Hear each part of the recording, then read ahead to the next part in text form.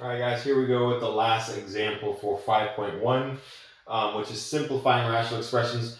Pretty similar to the last example we just did. We just simplified radical expressions. And basically what we're going to do for these three is we're going to make them look like radicals and then simplify them from there.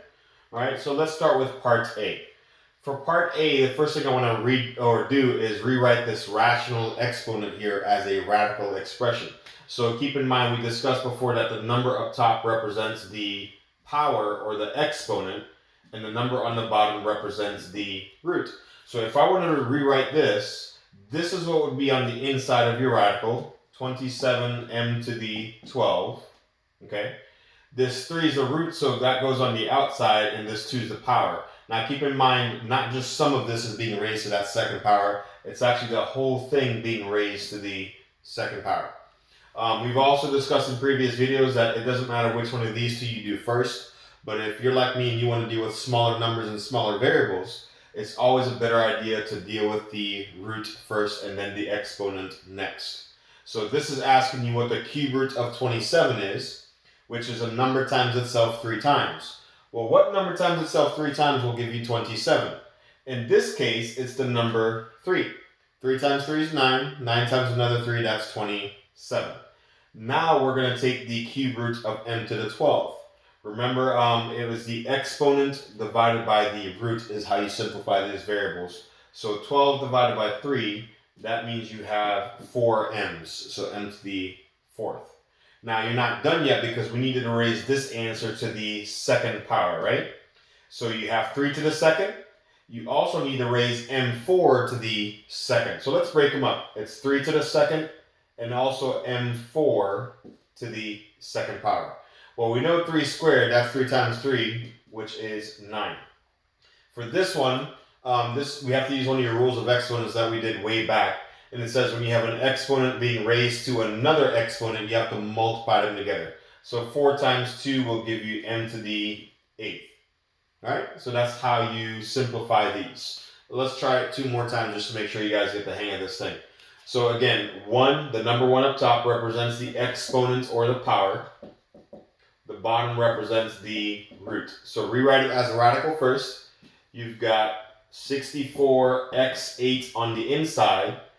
You have the root of 2 on the outside, and this thing has an exponent of 1. So the whole thing is being raised to the first power. All right, so here we go. Keep in mind, better to deal with the root first if you want smaller numbers. So the square root of 64, that's asking you a number times itself twice, that gives you 64. Well, that's 8, right? Because 8 times 8 is 64. Now to simplify the variable, do the same thing we did in part 8. You're going to take the exponent and divide it by the root. So 8 divided by 2, that gives you x to the 4th. Now we're supposed to raise this thing to the first power, which is a nice exponent to have, because anything to the first power is itself, right? So for example, 5 to the first, that's still 5. 10 to the first, that's still 10. So 8x to the 4th raised to the first is still 8x to the 4th. It doesn't change. Anything to the first power is itself. All right, now let's try out part C. First things first, rewrite this thing. 32y to the 15 goes on the inside. Let's clean up that 2 a bit. 5 is the root. The number up top is your exponent. So this whole thing is being raised to the second power. Like I said for the previous 2, it doesn't matter if you deal with the exponent or root first, but it's nicer to deal with the root first because it guarantees you smaller numbers and smaller variables. So the 5th root of 32 is asking you a number times itself 5 times in this case, that will give you 32. Well, that answer is 2. Try it out. 2 times 2 times 2 times 2 times 2, 5 times should give you 32.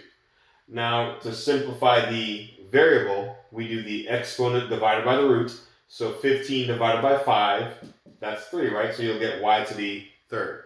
You still need to take that answer and raise it to the second power. So take that answer, raise it to the second power. So you have 2 things on the outside to raise to the second power. You've got this 2 to raise to the second power. You've also got y cubed to raise to the second power. So you have 2 squared, which is 4. You have y cubed raised to the second. Remember, exponent raised to another exponent. You have to multiply them. So 3 times 2 will give you y to the 6. So that is your final answer for part C. So like I said, pretty similar to the last example where we have the simplified radicals. This is the same idea. You just have to convert them to a radical first and then do what we did in the previous example.